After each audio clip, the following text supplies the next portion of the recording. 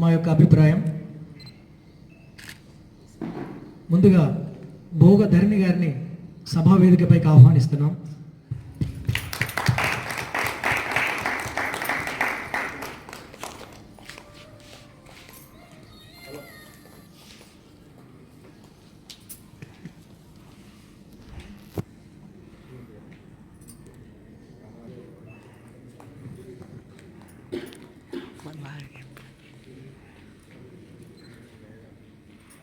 కమల గురువయ్య గారిని ఇద్దరిని వేదికపైకి ఆహ్వానిస్తున్నాం.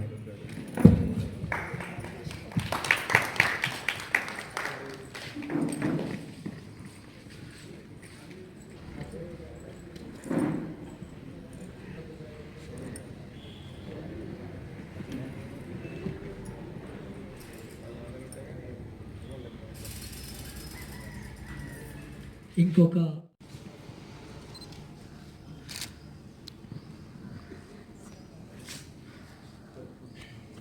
గ్రామంలో ఉన్న సమస్యలను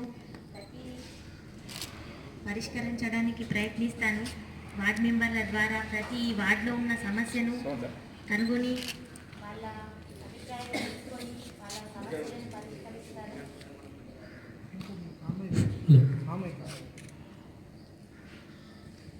గ్రామంలో ఉన్న ముఖ్యంగా వాటర్ ప్రాబ్లం కానీ మురికి కాలువలు దాని గురించి ప్రత్యేక శ్రద్ధ తీసుకుంటాను. ప్రతిదీ నా శ్రద్ధతో చేస్తానని హామీ ఇస్తున్నాను.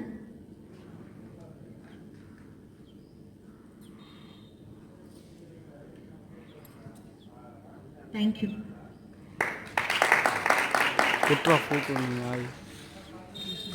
మొత్తం తిత్తున్నాయా కట్ అయింది ఇప్పుడు.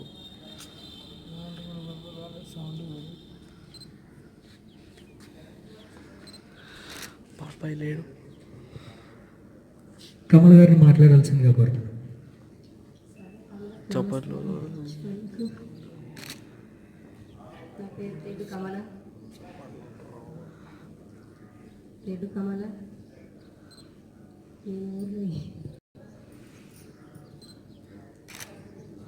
ప్రాథమిక విద్య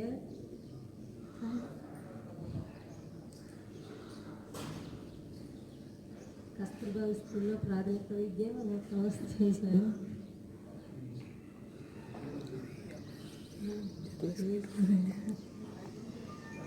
ఆ గురువు అని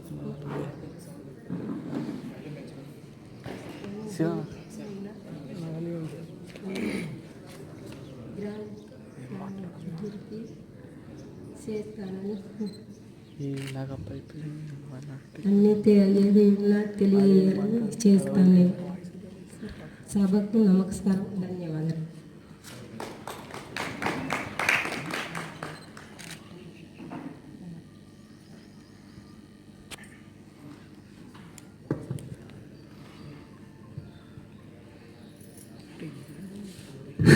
హలో,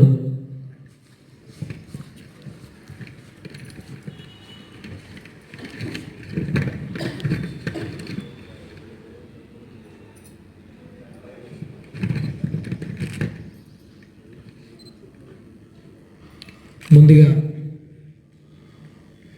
పారిశుద్ధ్యంపై చర్చా కార్యక్రమం.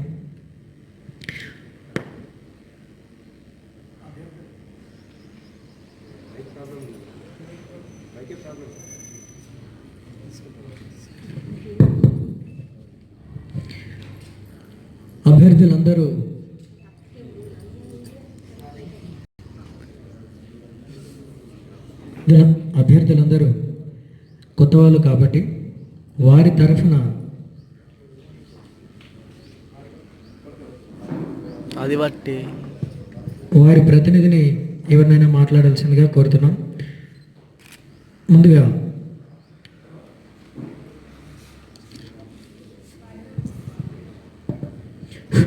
ముందుగా గురువయ్య గారిని పారిశుద్ధ్యంపై తమ అభిప్రాయాలను ప్రజల ముందు ఉంచవలసిందిగా కోరుతున్నాం.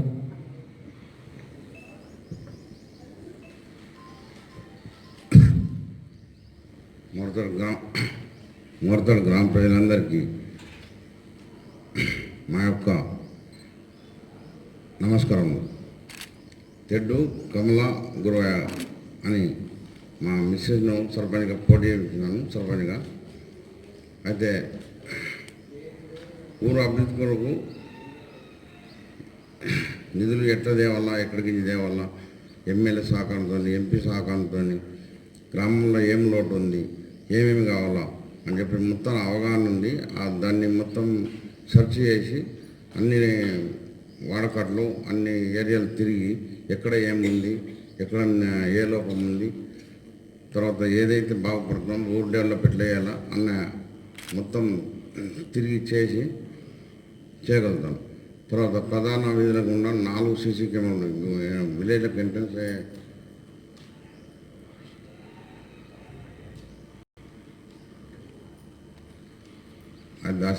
సీసీ కెమెరాలు ఏర్పాటు కొరకు తోడ్పడతానని. తర్వాత పారిశుద్ధ్యం పైన అంటే మొత్తం మురికి కాలువలు కొన్ని ఏరియాల్లో అసలే లేవు. మున్న జగల ఆ మురికి కాలువ చెడిపోయింది ఉంటే అట్లా మరమ్మతులు చేయించడం, కొత్త మురికి కాలువలు పర్మిషన్ తీసుకుని కొత్త కట్టించడం. తర్వాత లేని జగల అన్నీ కొత్త మురికి కాలువలు కట్టడం, మరుగుదొడ్లు కట్టించడం, సీసీ రోడ్లు లేని జగల సీసీ రోడ్లు కూడా పెట్టడం. ఊరు అభివృద్ధి కొరకు ఏది అవసరం ఉంది ఇవన్నీ చేసేందుకు ముందుకు వచ్చాం. మెయిన్ రోడ్ నుంచి విలేజ్ వచ్చే దాంట్లో సెంట్రల్ లైటింగ్ కూడా ఏర్పాటు చేసేందుకు శాయశక్తులు కృషి చేసి ఆ పని కూడా చేయాలనుకుంటున్నాం. ఇదంతా ఎమ్మెల్యే ప్రశాంత్ రెడ్డి, ఎంపీ కవిత మేడంతో వాళ్ళ అండదండంతో చేయాలని ఆలోచన విధానం ఉంది. సభకు నమస్కారం. ధన్యవాదాలు. పారిశుద్ధ్యంపై మాట్లాడవలసిందిగా భోగ ధరణి గారిని కోరుతున్నాం. ప్రచారం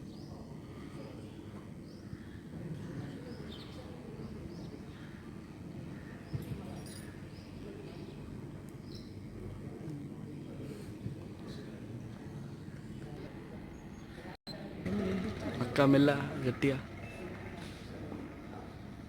గురించి అంటే మన గ్రామంలో మురికి కాలువలు కానీ చెత్త దాని గురించి ప్రజల్లో ఎక్కువగా అవేర్నెస్ తీసుకొచ్చి ఎక్కువ ట్రాక్టర్లను ఏర్పాటు చేసి దానికి ఎక్కువ కూలీలను నియమించి దగ్గరుండి పనులు చేపిస్తాను. పొడి చెత్త తడి చెత్త గురించి ప్రజలు అవేర్నెస్ తీసుకొచ్చి ప్లాస్టిక్ గురించి అవేర్నెస్ తీసుకొచ్చి వాళ్ళ సహకారంతో గ్రామంలో ఉన్న అపరిశుభ్రతను కానీ దానిని కంట్రోల్ చేస్తాను. నమస్తే. ధన్యవాదాలు.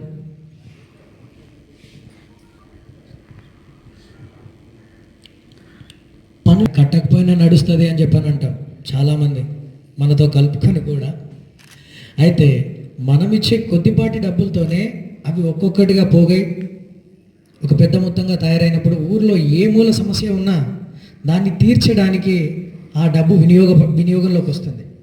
మనం పన్నులే కట్టకుండా అభివృద్ధి చేయట్లేదు అని చెప్పానంటాం. అయితే 100% ఇంటి పన్నులు వసూలు చేస్తున్న గ్రామ పంచాయతీలు మనకు చాలా వరకు ఆదర్శంగా నిలుస్తున్నాయి. కానీ మనది ఎప్పుడు కూడా 100% వచ్చిన దాఖలాలు చాలా తక్కువ. 100% ఇంటి పన్ను వసూలు ఎప్పుడైతే మనం సాధిస్తామో అప్పుడు మనము అభివృద్ధికి ఖచ్చితమైన నిధులు మన దగ్గర మినిమం సోర్స్గా ఉంటాయి. సో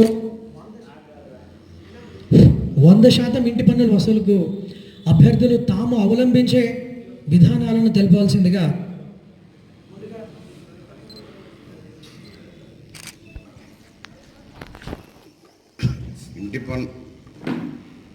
ఇంటి పన్నులు వసూలు చేయడానికి మొత్తం ఎక్కడ పెండింగ్ లేకుండా ప్రతి ఇంటి ట్యాక్స్లన్నీ వసూలు చేసి గ్రామ పంచాయతీకి బకాయిలు ఎన్ని ఉన్నా ప్రతి గల్లీలో ప్రతి ఇంటి లోపల పెండింగ్లు ఉన్న అవన్నీ వసూలు చేసి గ్రామాభివృద్ధికి తోడ్పడటానికి కృషి చేస్తాం. ఇప్పుడు ఇంటి పన్ను వసూలు అయితేనే ఇంటి పన్ను వసూలు అయితేనే వీరికి జీతాలు సఫాయి వారికి జీతాలు ఇట్లా చెల్లించబడతాయి. వీధి దీపాలకు వీరి జీతాలకు ఈ యొక్క కార్యక్రమం ఇంటి పన్ను అన్నది పెండింగ్ లేకుండా మొత్తం ప్రతి ఇంటి దగ్గర ఎంతైతే పెండింగ్ ఉందో ఆ పెండింగ్ పనులన్నీ పనులు మొత్తం పెండింగ్ లేకుండా మొత్తం ఎన్ని ఊర్లో మన ఇండ్లు ఉన్నాయో ప్రతి ఇంటికి కొత్త వాటికి ట్యాక్సీ నిర్ణయించి రాబోయే కాలంలో అయినా ఈ పద్ధతి మారుతుందని సమాజం వైపు యువత రాజకీయ నాయకులు ముందుకు కదిలి తమ వంతు సహకారం అందిస్తారని ఆశిస్తూ ఒక్క ముఖ్యమైన విషయం, ఎక్కడండి డబ్బులు ఖర్చు పెట్టింది ఎవరు ఓటేస్తారు ఎవరు ఓటేస్తారు ఎవరు ఓటేస్తారు ఎవరు ఓటేస్తారు ఎవరు ఓటేస్తారు ఇన్ని మాటలు మాట్లాడి చాలామంది దాదాపు మోర్తాడ్లో 6,000 చిల్లర ఓట్లుంటాయి, ఇఫ్ ఐఎమ్ నాట్ రాంగ్. దాదాపు 5,000 మంది వ్యక్తిగతంగా నేను కలిసిన వ్యక్తుల గురించి చెప్తున్నా. దాదాపు 5,000 మంది నాతో అనడం జరిగింది డబ్బులు ఖర్చు పెట్టింది ఓట్లు పడవు గెలవరు అని. నేను 5,000 మందిని అడిగాను, 5,000 మంది నేను అడిగాను వ్యక్తిగతంగా, అన్న అందరినీ వదిలే నువ్వేస్తావా నువ్వేస్తావా నువ్వేస్తావా ప్రతి ఒక్కరు నిస్సందేహంగా తమ్ముడు ఖచ్చితంగా ఓటేస్తాం, నిజాయితీగా ముందుకు వచ్చిన వ్యక్తి ఉంటే మేము ఓట్లేస్తాం అన్నారు. అంటే ఇక్కడ ఒక భ్రమలో ఉన్నారు అందరూ, డబ్బులు ఖర్చు పెట్టకుంటే సాధ్యం కాదు, గెలవడం సాధ్యం కాదు అని. ఎవరు వచ్చి జేబులో నుంచి లాక్కోరు ఎవరు, ఇచ్చేవాళ్ళు ఉంటేనే తీసుకునే వాళ్ళు ఉంటారు. నిస్సందేహంగా మన మీద మనకు నమ్మకం ఉన్నప్పుడు నిజాయితీగా ముందుకెళ్దాం. అలాంటి వాళ్ళు నిజాయితీగా ముందుకు వచ్చి నిజాయితీగా ఎన్నికల్లో నిలబడి గెలిస్తే ఆ పర్సన్ యొక్క శక్తి సామర్థ్యాలు పూర్తి స్థాయిలో వినియోగించి అలాంటి వ్యక్తికి మనందరి సహాయ సహకారాలను ప్రతి ఒక్క కుల సంఘం వాళ్ళు అందించిన రోజు సర్పంచ్ పదవి, ఆఖరికి వార్డ్ మెంబర్ పదవి, ఎంపీటీసీ పదవి, ఏ పదవైనా ఆ పదవి యొక్క శక్తి ఇప్పుడు మనం అంతకుముందు చూసిన వాళ్ళ పదవి కాలం కంటే చరిత్రలో నిలిచిపోయే విధంగా వాళ్ళ పదవి కాలం ఉంటుంది, నిస్సందేహంగా ఉంటుంది. సో సమానత్వమే ప్రమాణంగా ముందుకు కదిలి మోర్తాడ్ అభివృద్ధికి మీరు సహాయశక్తుల అహర్నిశలు కృషి చేస్తారని, ఎలాంటి రాజకీయ ఒత్తిళ్లకు లొంగరని, పారదర్శకంగా ఉంటారని ఆశిస్తూ ఈ కార్యక్రమానికి వచ్చినందుకు ధన్యవాదాలు తెలుపుతున్నాను. పాత్రికేయ మిత్రులకు, గ్రామ పెద్దలకు, ఈ కార్యక్రమానికి సహకరించిన ప్రతి ఒక్కరికి పేరు పేరున నా ధన్యవాదాలు. నమస్కారం. జై హింద్.